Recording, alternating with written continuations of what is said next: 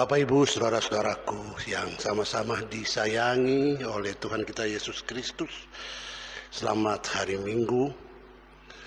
Oleh karena keadaan di sekitar kita belum memungkinkan bagi kita untuk beribadah secara bersama-sama di gedung gereja, maka pada hari Minggu ini kembali kita beribadah secara terpisah di rumah masing-masing, namun tetap dalam semangat kebersamaan dan persekutuan yang diberkati oleh Tuhan. Mari kita siapkan diri kita untuk masuk dalam ibadah, dan untuk itu saya jemput kita semua berdiri dan menyanyi dari nyanyian pelengkap Kidung Jemaat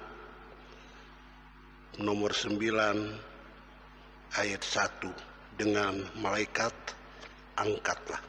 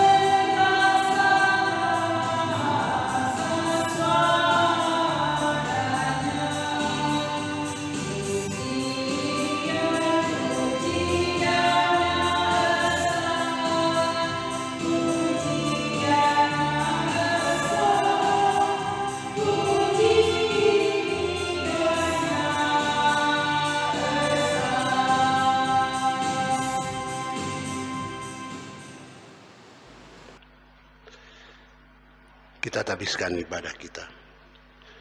Dengan nama Bapa, Anaknya Yesus Kristus, dan Roh Kudus. Amin.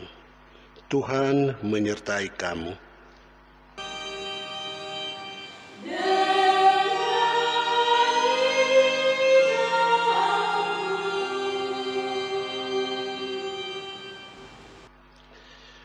Nas pembimbing kita dalam ibadah kita pada hari ini diambil dari kitab 1 Tawarikh pasal 16 ayat 23 dan 24.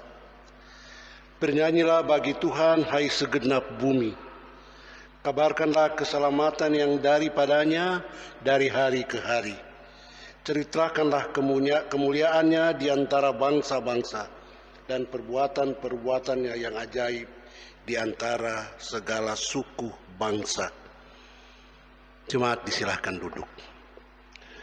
Bersama-sama mari kita memuji Tuhan dengan menyanyikan nyanyian Hanya Dekat Allah Saja.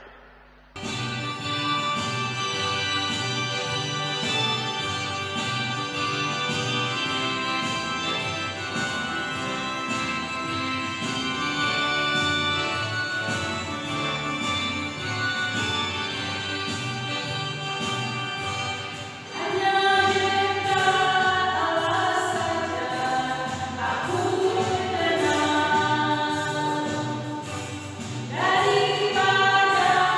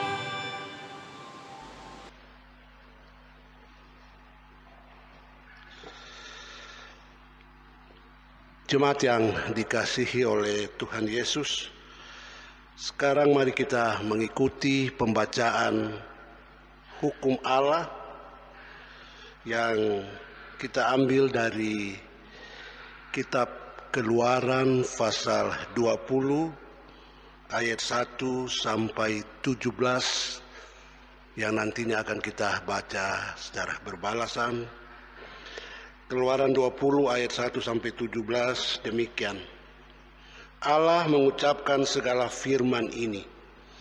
Akulah Tuhan Allahmu yang membawa engkau keluar dari tanah Mesir, dari tempat perbudakan. Jangan ada padamu Allah lain di hadapanku. Jangan membuat bagimu patung yang menyerupai apapun yang ada di langit di atas, atau yang ada di bumi di bawah, atau yang ada di dalam air di bawah bumi. Jangan sujud menyembah kepadanya atau beribadah kepadanya. Sebab aku Tuhan Allahmu adalah Allah yang cemburu, yang membalaskan kesalahan bapa kepada anak-anaknya, kepada keturunan yang ketiga dan keempat dari orang-orang yang membenci aku. Tetapi aku menunjukkan kasih setia kepada beribu-ribu orang, yaitu mereka yang mengasihi aku dan yang berpegang pada perintah-perintahku. Jangan menyebut nama Tuhan Allahmu dengan sembarangan, sebab Tuhan akan memandang bersalah orang yang menyebut namanya dengan sembarangan. Ingatlah dan kuduskanlah hari Sabat. 6 hari lamanya engkau akan bekerja dan melakukan segala pekerjaanmu. Tetapi hari ke-7 adalah hari Sabat Tuhan Allahmu. Maka jangan melakukan sesuatu pekerjaan. Engkau atau anakmu laki-laki, atau anakmu perempuan, atau hambamu laki-laki, atau hambamu perempuan, atau hewanmu, atau orang asing di tempat kediamanmu. Sebab 6 hari lamanya Tuhan menjadikan langit dan bumi, laut dan segala isinya. Dan ia berhenti pada hari ke-7. Itulah sebabnya Tuhan memberkati hari Sabat dan menguduskannya. Hormatilah ayahmu dan ibumu, supaya lanjut umurmu di tanah yang diberikan Tuhan Allahmu kepadamu. Jangan membunuh, jangan berzina, jangan mencuri, jangan mengucapkan saksi dusta tentang sesamamu, jangan menghuni rumah sesamamu, jangan menghuni istrinya atau hambanya laki-laki atau hambanya perempuan, atau lembunya atau keledainya, atau apapun yang dipunyai sesama.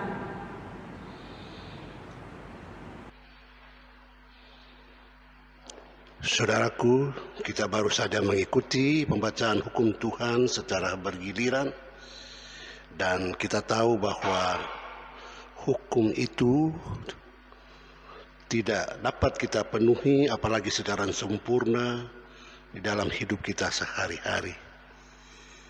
Karena itu saya mengajak kita semua untuk merendahkan diri kita di hadapan Tuhan Allah. Kita mengaku dosa kita kepadanya, dan untuk itu saya kembali jemput jemaat untuk berdiri. Kita berdoa mengaku dosa kita. Ya Allah Bapa yang Maha Kasih, kami mengaku bahwa kami semua adalah orang-orang berdosa yang penuh dengan aib dan celah. Kami bukan saja telah berdosa dengan pikiran, perkataan, dan perbuatan, tapi kami juga dikandung dan dilahirkan di dalam dosa, sehingga kami tidak selayaknya disebut sebagai anak-anak-Mu. Yang patut bagi kami adalah kalau kami ini dihukum oleh Tuhan. Tapi kami percaya bahwa Tuhan adalah Tuhan yang penuh dengan kemurahan dan kasih sayang. Karena itu, dan demi kemurahan-Mu itulah kami mohon bersama kepadamu. Kiranya Engkau mengasihani dan mengampuni kami, lalu mengaruniakan kepada kami Roh-Mu yang kudus, agar kini dan seterusnya kami dapat hidup menurut kehendak-Mu. Kami mohon ya Tuhan, kasihanilah kami. Ya Tuhan Yesus Kristus, kasihanilah kami. Ya Roh Kudus, baharuilah hati kami. Amin.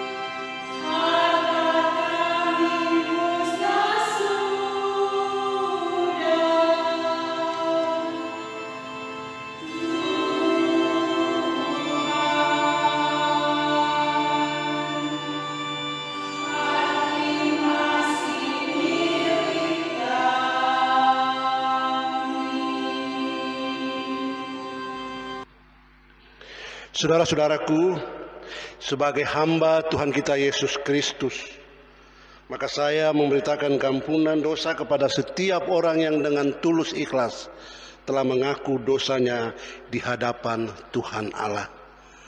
Mari kita memuji Tuhan secara bersahutan.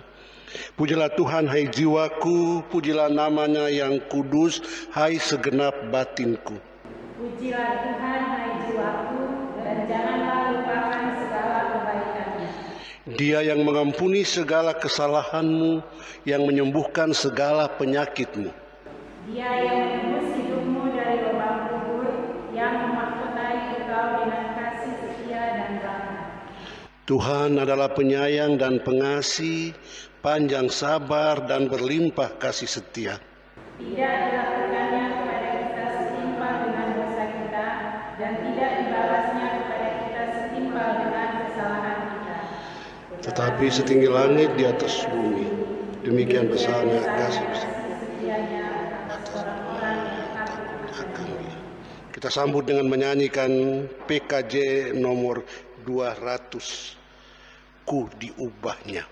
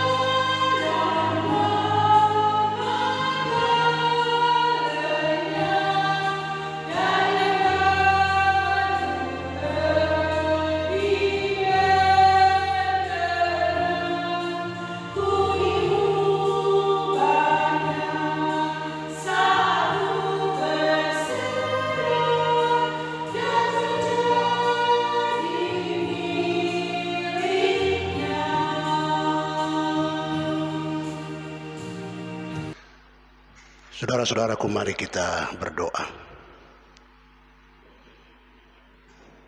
Bapa Surgawi, kami tundukkan kepala kami sejenak. Tapi hati kami naik kepadamu syarat dengan rasa syukur. Oleh karena Tuhan selalu berkenan atas hidup kami, kerja kami, pelayanan kami. Pagi ini ya Tuhan, dalam kebersamaan yang terpisah ini, bersama-sama kami akan membaca satu bagian Alkitab. Kami mohon dengan kasih sayang-Mu Engkau menolong kami, supaya ketika kami membaca, kami menangkap pesan di sana. Supaya ketika kami membaca, kami dapat mendengarkan suara Tuhan, supaya ketika kami membaca, ada tekad dalam diri kami untuk hidup selalu di bawah bingkai firman Tuhan. Bersabdalah ya Tuhan, dan buatlah kami dapat menyambutnya dengan penuh sukacita dalam nama Tuhan Yesus. Amin. Saudaraku, mari kita membuka Alkitab kita dari Perjanjian Lama, dari kitab 1 Tawarikh. 1 Tawarikh pasal 16 ayat 7 sampai ayat 27. 1 Tawarikh 16 ayat 7 sampai ayat 27. Ayat 7 akan saya baca dan ayat 8 dan seterusnya akan dibaca secara bergantian antara saya dan jemaat di rumah boleh membacanya baris yang masuk ke dalam. Kemudian pada hari itu juga Daud untuk pertama kali menyuruh Asaf dan saudara-saudara sepuaknya menyanyikan syukur bagi Tuhan. Bersyukurlah kepada Tuhan, panggillah namanya. Perkenalkanlah perbuatannya di antara bangsa-bangsa. Bernyanyilah baginya, bermazmurlah baginya. Bercakapkanlah segala perbuatannya yang ajaib. Bermegahlah di dalam namanya yang kudus.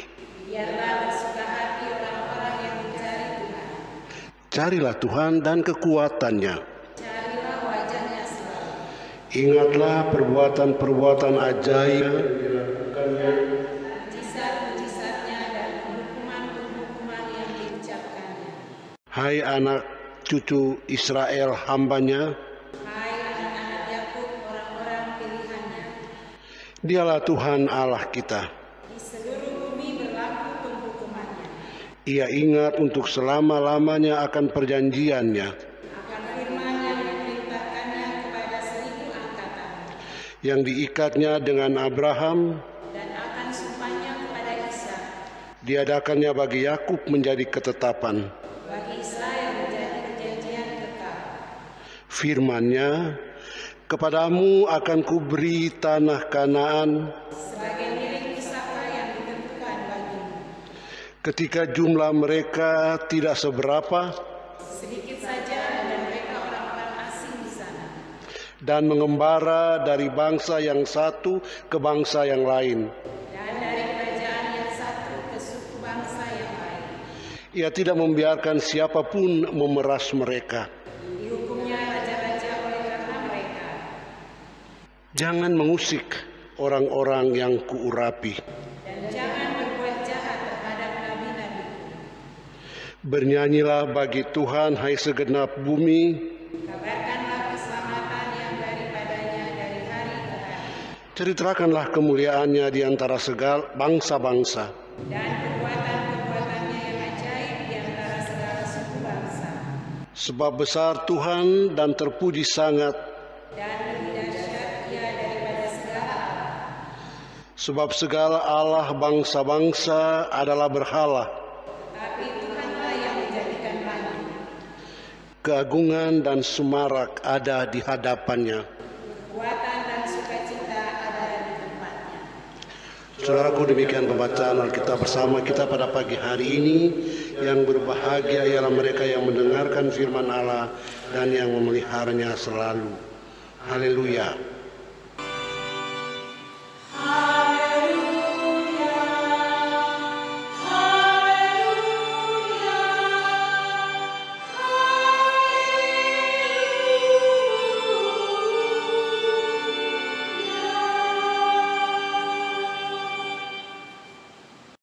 Bapak Ibu yang terkasih di dalam Tuhan kita Yesus Kristus, kini tiba saatnya kita akan memberikan persembahan syukur kita kepada Tuhan.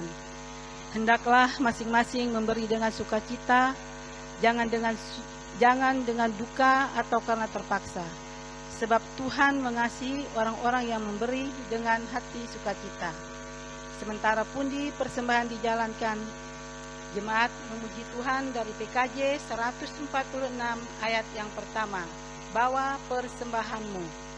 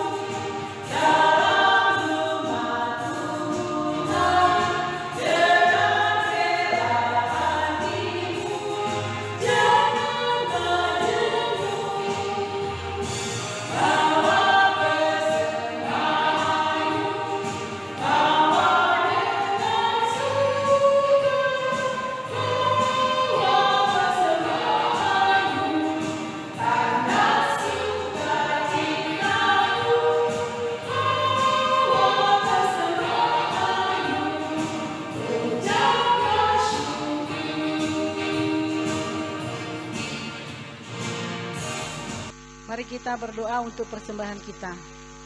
Kita berdoa. Hanya kepadamu kami datang, mengucap syukur dan berterima kasih atas kasih-Mu yang begitu nyata dalam kehidupan kami. Bapa dalam surga, di pagi yang indah ini, kami membawa persembahan syukur kami kepadamu. Apa yang kami persembahkan semua ini berasal daripadamu. Untuk itu, suci dan kuduskanlah persembahan ini, agar layak kami pergunakan dalam pelayanan kasih di tengah-tengah dunia ini. Dan ajarlah kami ya Bapa untuk memberi yang terbaik di hadapan-Mu. Inilah doa dan ungkapan syukur kami. Hanya di dalam nama Tuhan kami Yesus Kristus, sumber berkat kehidupan kami. Amin.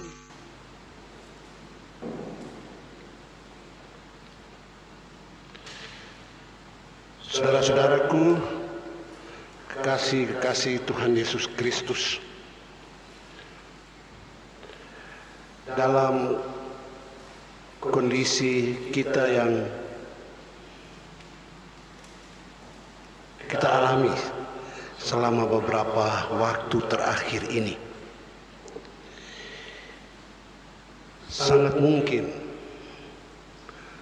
orang akan bertanya,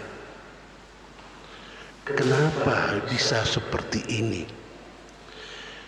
Kenapa segala sesuatu yang menyangkut kehidupan pribadi bersama atau komunitas itu diberi batasan seperti sekarang ini?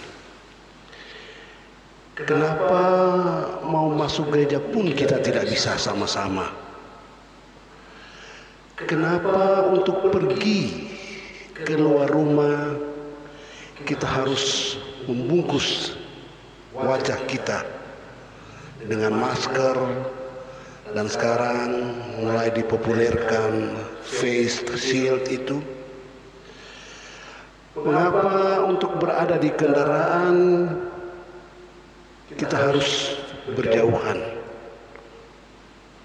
Dan yang sekarang ini lagi viral adalah mengapa orang dalam batasan usia sekian tidak boleh lagi ke supermarket, tidak boleh lagi naik kereta atau kendaraan umum.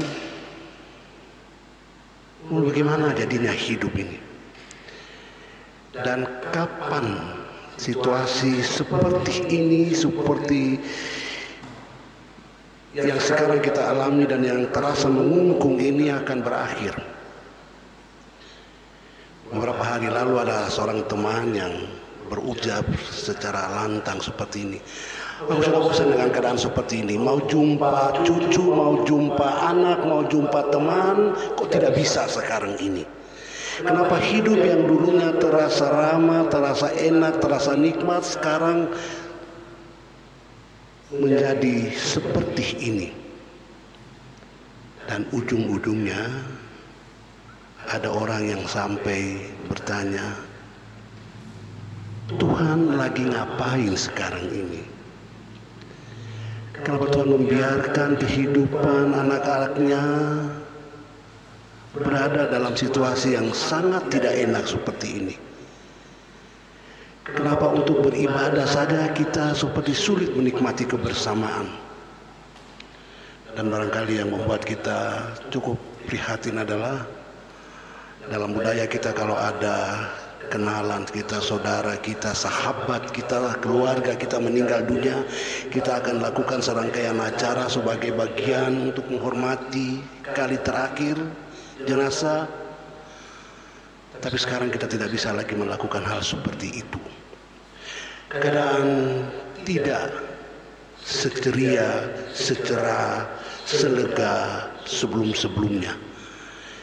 Dan ketika keadaan kita adalah seperti itu, memang kita tidak bisa menyalahkan kalau ada orang yang bertanya seperti tadi. Saudaraku, keadaan sulit memang membuat orang bertanya-tanya bagaimana jadinya dengan keberadaanku kini dan nanti. Keadaan yang diperhadapkan dengan sendiri tantangan akan membuat orang bertanya-tanya bagaimana jadinya masa depanku. Dan saudaraku yang mengalami, merasakan, dan yang bertanya seperti itu, bukan nanti kita sekarang ini. Dulu umat Tuhan di masa dulu juga bertanya-tanya seperti itu. Kehidupan mereka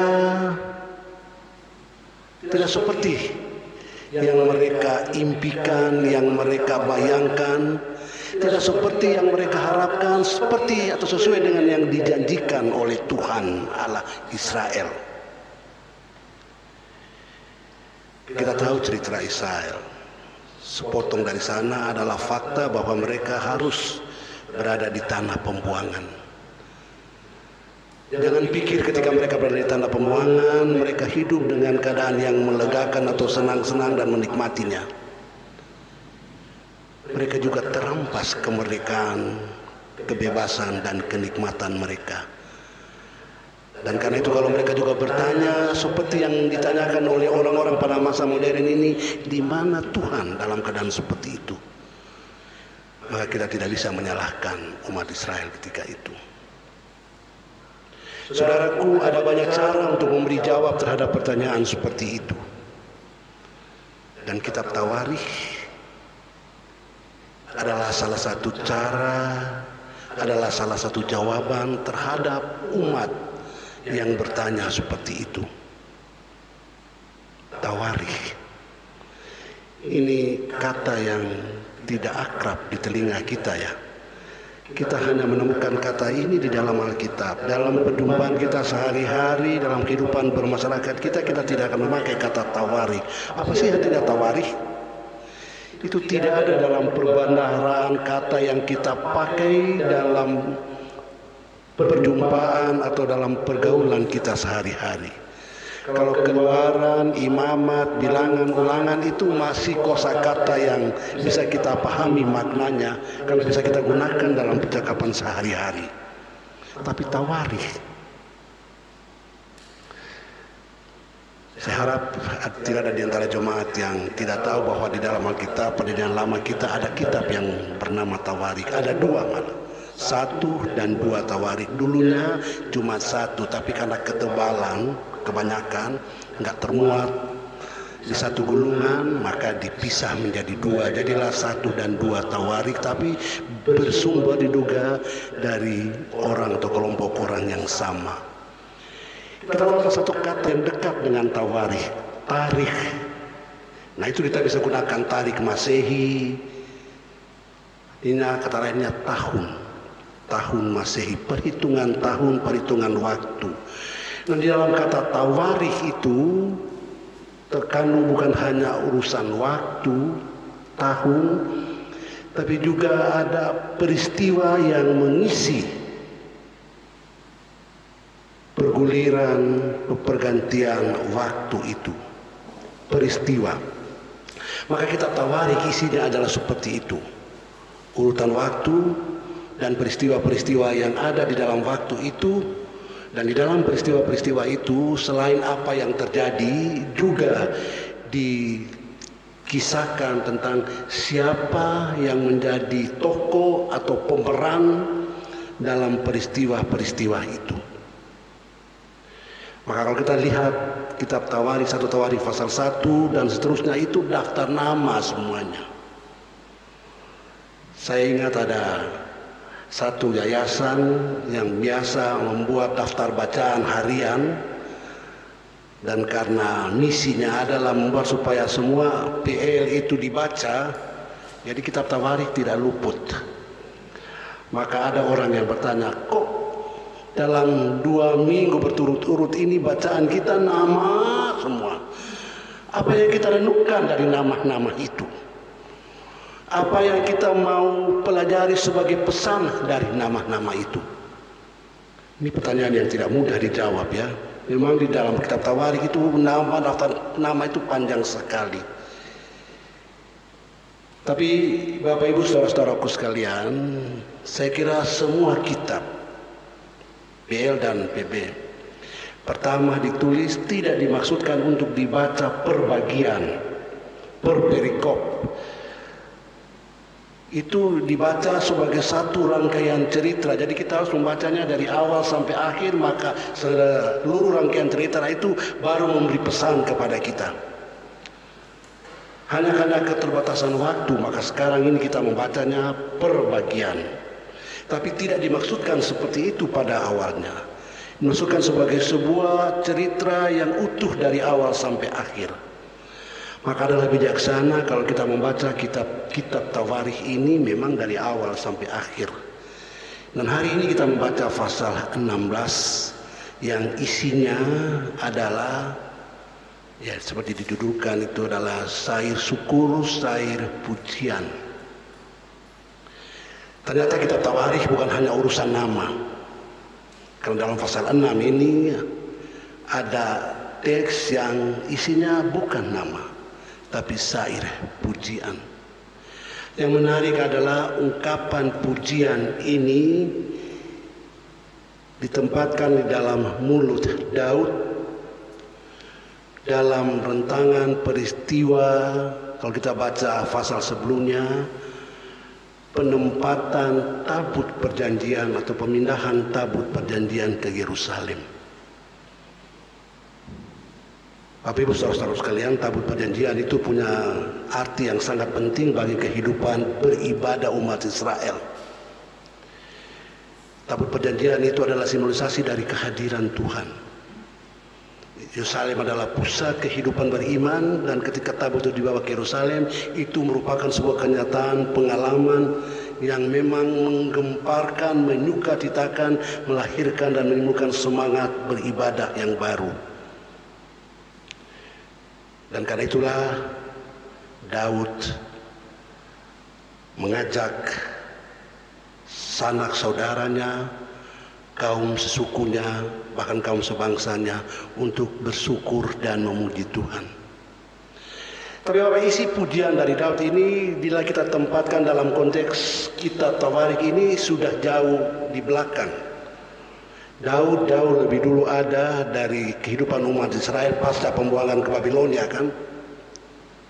Maka ketika itu diulang kembali, itu di cerita di masa lalu di zaman Daud itu diulang kembali untuk didengar dan dibaca oleh umat Israel pasca pembuangan ke Babel.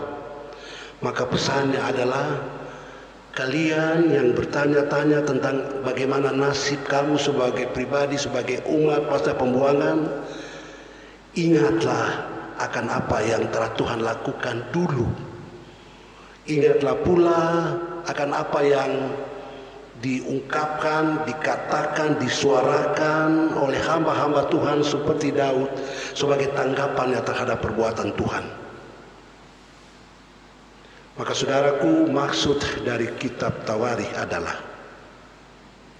menghadirkan kembali pengalaman umat, pengalaman beriman umat di masa lalu untuk menjadi pelajaran berharga bagi umat pada waktu yang lain ketika sedang diperhadapkan dengan situasi yang tidak nyaman. Ketika umat sedang bertanya-tanya tentang bagaimana nasib mereka, ketika itulah surat Tawarikh hadir untuk memberikan jawaban terhadap mereka.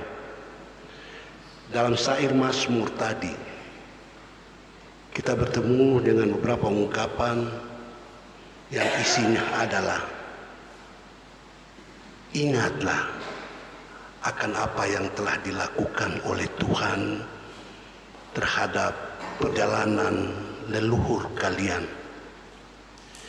Ingatlah tentang betapa baiknya Tuhan menghindarkan umat dari segala tantangan musuh. Ingatlah betapa Tuhan telah begitu baik di masa lalu. Ingatlah akan janji-janji Tuhan yang diikat kepada leluhurmu Abraham, Daud, dan seterusnya. Dan Tuhan yang mengikat perjanjian itu adalah Tuhan yang setia, yang tidak pernah melupakan apa yang telah dijanjikannya kepada leluhurmu, dan janjinya itu akan terus menerus berlaku terhadap kehidupan umat sepanjang sejarah, termasuk kamu yang ada sekarang ini. Itu maksud ditulisnya kitab Tawarikh, memberikan kekuatan kepada umat ketika mereka sedang bertanya-tanya tentang bagaimana nasib mereka diperhadapkan dengan situasi yang tidak aman. Dan oleh karena kita sebagai jemaat sekarang ini merupakan bagian yang tak terpisahkan dari komunitas umat Tuhan, janji kesetiaan Tuhan itu juga berlaku bagi kita. Bapak Ibu, saudara-saudaraku yang terkasih, Mazmur, maksud saya Tawarikh 16 yang kita baca tadi bergenre, bercorak sastra, pujian, syukur, sangat menarik untuk kita kaji. Di tengah-tengah situasi yang tidak nyaman, orang diajak untuk bersyukur. Tapi selalu ada alasan untuk bersyukur bagi setiap orang beriman.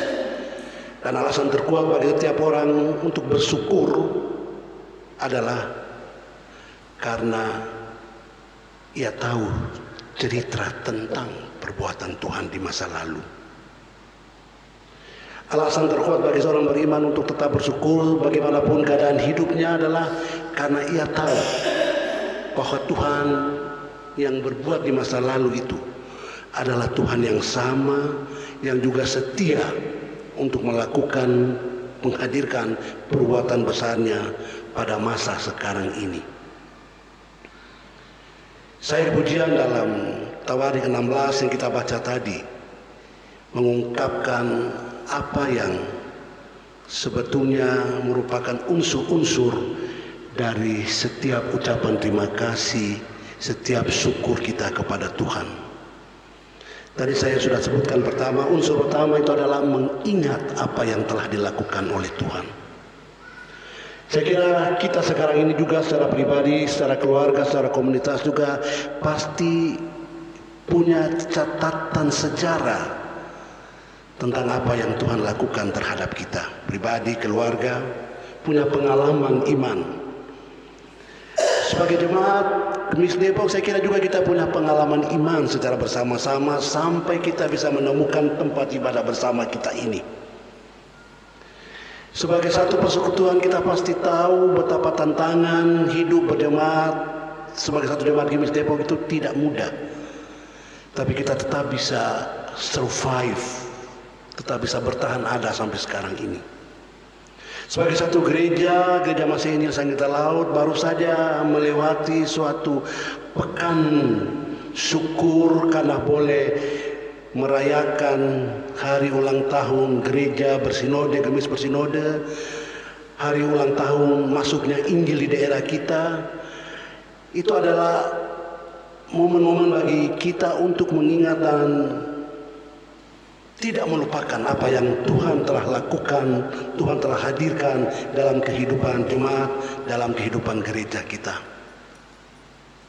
Membaca, mengingat, mendengar cerita tentang masa lalu yang Tuhan lakukan bagi kita, bagi jemaat kita, bagi keluarga kita, bagi gereja kita, membuat kita bersyukur. Unsur kedua dalam syukur kita adalah Yang bisa kita petik dari bacaan kita tadi adalah kita berbagi cerita tentang apa yang kita alami dari Tuhan itu juga kepada orang lain. Sehingga cerita tentang perbuatan Tuhan untuk kita tidak hanya menjadi warisan kita, tapi juga bisa menjadi berkat bagi orang lain. Walaupun kita barangkali agak ini dengan kata kesaksian, tapi kesaksian dalam makna bercerita tentang apa yang Tuhan buat bagi kita supaya orang lain juga merasa diberkati dari apa yang Tuhan untuk kita, itu saya kira adalah merupakan hal yang positif. Dan unsur ketiga dari apa yang kita baca dalam bacaan kita tadi adalah bahwa mengucap syukur dengan dasar apa yang Tuhan lakukan bagi kita pada masa lalu, dengan semangat kita berbagi kepada orang lain, menyertakan juga di dalamnya komitmen kita untuk memberi diri kita dalam kesetiaan kepada Tuhan. Apa yang bisa kita berikan kepada Tuhan? Hidup kita melayani Tuhan. Sekalipun tidak semua kita majelis jemaat, tapi siapapun dalam kehidupan sehari-hari bisa mengambil bagian dalam pelayanan itu. Pak Mantiaha bukan majelis kan Pak? Tapi tidak berarti tidak bisa mengambil bagian dalam pelayanan. Mendampingi dengan penuh setia kemana ibu pergi sebagai majelis, menghadirkan diri dengan memberikan semangat kepada orang lain, termasuk kehadiran dalam setiap acara, itu adalah bagian dari pelayanan. Saya ingat kata-kata menyentuh dari Pak Mantiaha ketika kita berkunjung ke Ibu Kainage kemarin. Itu pun adalah ungkapan sebuah pelayanan. Daniel juga bukan majelisnya, Daniel. Tapi apa yang kau lakukan selama ini adalah pelayanan yang luar biasa. Bersyukur kepada Tuhan selalu berdampak pada memberi diri untuk pekerjaan Tuhan, apapun itu. Tidak cukup hanya dengan sekedar mengatakan saya bersyukur kepada Tuhan. Tapi bersyukur kepada Tuhan yang sesungguhnya adalah menindaklanjutinya dengan apa yang bisa kita lakukan. Selain memberi diri, itu berarti di sana juga sudah ada memberi waktu. Pasti ada waktu yang kita sisihkan kalau kita berkomitmen untuk menghadirkan diri dalam kancah pelayanan itu. Ibu Diba sejak jam berapa meninggalkan rumah tadi? Mungkin Ibu Diba sudah dari jam berapa tadi meninggalkan rumah datang ke sini? Itu sudah berjam-jam ya. Itu berarti waktu disisihkan untuk pelayanan. Dan itu adalah suatu akta syukur, akta terima kasih kepada Tuhan. Yang juga merupakan unsur dari syukur kita. Saya kira kita semua paham benar ini, sebab itu yang biasanya mendominasi materi. Kita ungkapkan syukur kita kepada Tuhan dengan menyisihkan apa yang ada pada kita dalam wujud material. Dan itu kita lakukan, tak perlu lagi diajar, sebab itu sudah merupakan tradisi atau kebiasaan kita. Bapak Ibu saudara-saudaraku yang dikasihi, kalau kita bertanya bagaimana keadaan kita sekarang ini seperti ini, kapan keadaan ini akan berakhir, dan mungkinkah kita akan menikmati lagi keadaan yang pernah kita nikmati dulu? Apakah Tuhan memang secara sengaja membiarkan kita berada dalam keadaan seperti ini? Maka jawabannya adalah jangan bertanya tentang bagaimana nanti. Pelajarilah apa yang telah terjadi dulu, dan simaklah dari pelajaran berharga yang terjadi dulu itu. Pasti ada banyak pesan berharga bagi kita sekarang ini. Maka bila kita mengingat terus-menerus perbuatan Tuhan bagi kita, pribadi kita, keluarga kita, jemaat kita, gereja kita selama ini, ke depan kita akan selalu bisa mengisi hari-hari hidup kita dengan syukur. Sebab kita tahu ke depan kita tidak akan dibiarkan sendiri. Tuhan yang sama akan selalu bersama-sama dengan kita. Bagian kita adalah ingatlah Dia terus dalam masa lalu kita, dan apa yang Dia lakukan pada masa lalu kita itu akan mendorong kita untuk menemukan semangat lagi. Salah satu sisi positif dari nostalgia ialah itu kan, kalau kita nyanyi lagu-lagu nostalgia yang hot, yang hit pada waktu kita masih muda, kita merasa bahwa kita kembali berada di usia muda seperti itu. Maka ketika kita berada kembali di usia muda seperti itu, kita seperti menemukan ulang semangat hidup yang muda secara baru. Maka mari kita bernostalgia tentang Tuhan. Akan ada semangat baru yang membuat kita merasa muda, kuat, dan enak untuk menjalani hari-hari hidup kita, sekalipun kenyataannya keadaan itu tidak selalu seperti yang kita harapkan. Mari kita mengingat Tuhan dari hari ke hari dalam hidup kita sekarang ini dan seterusnya. Dan mari kita lafazkan syukur kita dengan kata, dengan akta, dengan waktu, dengan materi. Terpujilah Tuhan. Amin.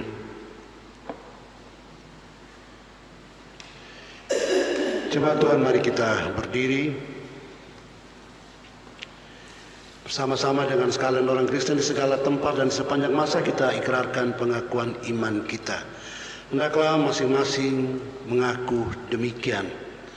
Aku percaya kepada Allah, Bapa yang Maha Kuasa, Khalik langit dan bumi, dan kepada Yesus Kristus, anaknya yang tunggal Tuhan kita, yang dikandung dari Roh Kudus, lahir dari anak darah Maria, yang menderita di bawah pemerintahan Pontius Pilatus, disalibkan, mati dan dikuburkan, turun ke dalam kerajaan maut. Pada hari yang ketiga bangkit pula dari antara orang mati, naik ke surga, duduk di sebelah kanan Allah Bapa yang Maha Kuasa, dan akan datang dari sana untuk menghakimi orang yang hidup dan yang mati. Aku percaya kepada Roh Kudus, gereja yang kudus dan am, persekutuan orang kudus, pengampunan dosa, kebangkitan daging, dan hidup yang kekal. Amin.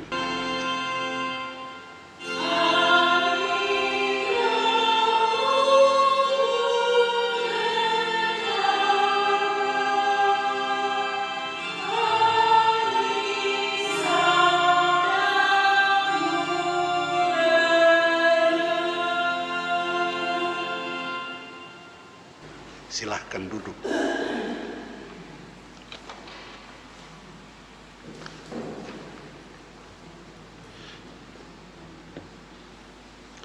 Kita akan doa syafaat dan akan kita akhiri dengan mengucapkan bersama-sama doa Bapa kami. Mari Bapak Ibu saudara-saudaraku, kita tunduk kepala, kita berdoa. Tuhan Yesus, pelindung, pemelihara dan penyelamat kami, kepadamulah kami datang dengan sederet permohonan kami, dan kiranya Engkau berkenan meniliknya satu demi satu. Kami membawa pergumulan anak-anak-Mu, baik yang merupakan warga dari Jemaat Kemis Depok maupun mereka yang terikat, terhubung dengan kami, tapi berada di tempat yang jauh dari kami, bahkan sanak saudara kami di segala tempat, dan sesama kami sebagai satu masyarakat, satu bangsa, bahkan sebagai sesama manusia yang dalam beberapa waktu terakhir ini sedang bergumul dengan situasi yang mencemaskan hati kami. Tuhan, kami percaya bahwa selalu ada jalan keluar yang baik bagi kami untuk bisa lepas dari ancaman ini. Tetapi jalan keluar itu memerlukan rasa tanggung jawab yang besar dari masing-masing kami. Karena itu biarlah kiranya dalam hati kami tertanam rasa tanggung jawab itu secara kuat dan kokoh. Dengan cara antara lain mematuhi protokol kesehatan yang ditetapkan oleh pemerintah kami. Supaya kami menjaga diri kami, tidak menghanyutkan diri kami dalam kerumunan orang banyak, tapi menjaga jarak satu dengan yang lain, menjaga kebersihan tangan kami, wajah kami, pakaian kami, tubuh kami. Tuhan, mampukan kami untuk bisa menjalani hari hidup normal secara baru seperti itu. Agar oleh pertolongan Tuhan, kami semua terlindung dari kemungkinan tertular virus yang menakutkan ini. Kami berdoa ya Tuhan untuk pemerintah kami yang dengan sekuat tenaga melakukan apa yang bisa dilakukan untuk membantu rakyat Indonesia supaya tetap terpelihara. Berkatilah pemerintah kami ya Tuhan, berkatilah mereka semua, berkatilah mereka dengan kesehatan yang memungkinkan mereka bisa melakukan tugas dan pekerjaan tanggung jawab ini dengan baik. Berkatilah mereka dengan semangat. Biarlah segenap bangsa kami ya Tuhan bertekad satu untuk melawan musuh yang sama ini. Pinta yang sama kami naikkan kepada-Mu ya Tuhan juga untuk bangsa-bangsa lain di dunia ini yang mengalami hal serupa. Kami berdoa juga ya Tuhan untuk saudara-saudara kami, teman-teman kami yang berada di gugus depan melayani orang-orang yang memerlukan pelayanan, perawatan karena telah nyata secara positif tertular oleh virus ini. Biar mereka dapat melakukan tugas pekerjaan panggilan manusiawi mereka dengan sukacita, dengan semangat. Dan biarlah kiranya juga orang-orang yang sedang mengalami perawatan seperti itu akan selalu diliputi oleh semangat untuk hidup dalam perawatan yang mereka terima. Bapa di surga, kini kami berdoa secara khusus untuk jemaat kami di sini, Kemis Depok ini. Kami berdoa untuk saudara-saudara kami yang bersyukur karena boleh menikmati sukacita berupa ketambahan usia setahun. Secara khusus kami menopang dalam doa kami ini saudara kami Erens Manoi, anak terkasih Marcel Stefan Tindage, Evan Kainage, dan saudara Ferdinand Mahundingan yang berhari ulang tahun dalam minggu yang baru saja kami lewati. Berkati sukacita anak-anakmu ini, sukacita keluarga, dan dengarkan doa harap mereka untuk kehidupan dan keberadaan yang lebih baik pada hari esok. Juga dengarkan syukur, sukacita, pujian dari keluarga besar Palele Kiriman, karena Ibu Palele Kiriman boleh menemukan kepulihan kondisi kesehatan yang lebih baik dibandingkan dengan waktu-waktu yang lalu. Kami menyerahkan juga ke dalam tangan-Mu ya Tuhan pelayanan jemaat-Mu di sini yang diemban oleh hamba-hamba-Mu, majelis jemaat. Kiranya sekalipun tidak bisa dilakukan seperti sedia kala, tapi kehadiran majelis jemaat tetap terasakan mencukupkan kebutuhan seluruh warga jemaat. Di dalam tangan-Mu kami juga mendukung secara khusus hamba-hamba-Mu yang Kau percayakan dengan tugas-tugas khusus secara struktural ketua dan wakil jemaat, wakil ketua jemaat, sekretaris dan wakil sekretaris jemaat, bendahara, tata usaha, bahkan semua orang yang dalam kesehariannya berbuat sesuatu untuk membantu terselenggaranya pelayanan di jemaat sini, termasuk kekasih kami Daniel Budiman. Tuhan, sekalipun warga jemaatmu tidak bisa saling jumpa tatap muka secara langsung, tapi kebersamaan kami dengan menggunakan jalur telekomunikasi online memungkinkan kami boleh bertegur sapa, berkelakar, saling menguatkan, saling mendorong, dan saling membangun. Karena kami semua boleh menikmati teknologi ini dan membuatnya menjadi alat untuk berbagi dan menerima berkat. Bapa di surga, kami selalu berdoa dengan penuh harap agar Tuhan membuka jalan bagi kami sebagai satu jemaat. Bagaimana caranya kami bisa memiliki sebidang tanah yang ada di depan gedung gereja ini. Gerakkanlah kami ya Tuhan, supaya kami bisa melakukan sesuatu dan membuat kerinduan ini boleh menjadi kenyataan. Ini doa kami ya Tuhan. Dengarkanlah sekarang doa yang akan kami ucapkan bersama-sama. Bapa kami yang di surga, dikuduskanlah namamu. Datanglah kerajaan-Mu, jadilah kehendak-Mu di bumi seperti di surga. Berikanlah kami pada hari ini makanan kami yang secukupnya, dan ampunilah kami akan kesalahan kami, sampai kami juga mengampuni orang yang bersalah kepada kami. Janganlah membawa kami ke dalam pencobaan, tetapi lepaskanlah kami dari yang jahat, karena Engkau yang punya kerajaan, kuasa, dan kemuliaan sampai selama-lamanya. Amin.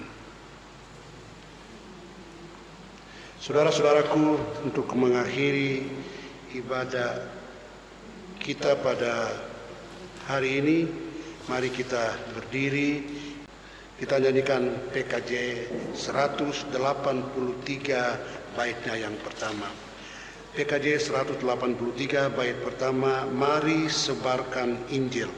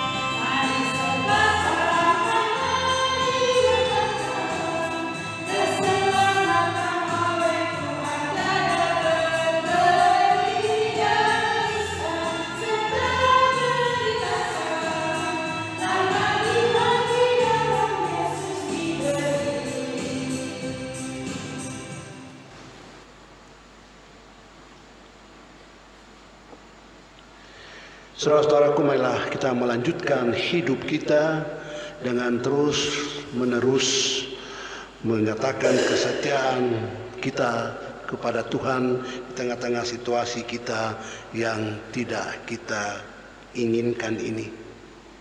Arahkanlah hati dan pikiranmu kepada Tuhan, terimalah berkat-Nya. Anugerah Tuhan kita Yesus Kristus, kasih Allah Bapa, dan persekutuan dengan Roh Kudus kiranya menyertai kita sekalian. Amin.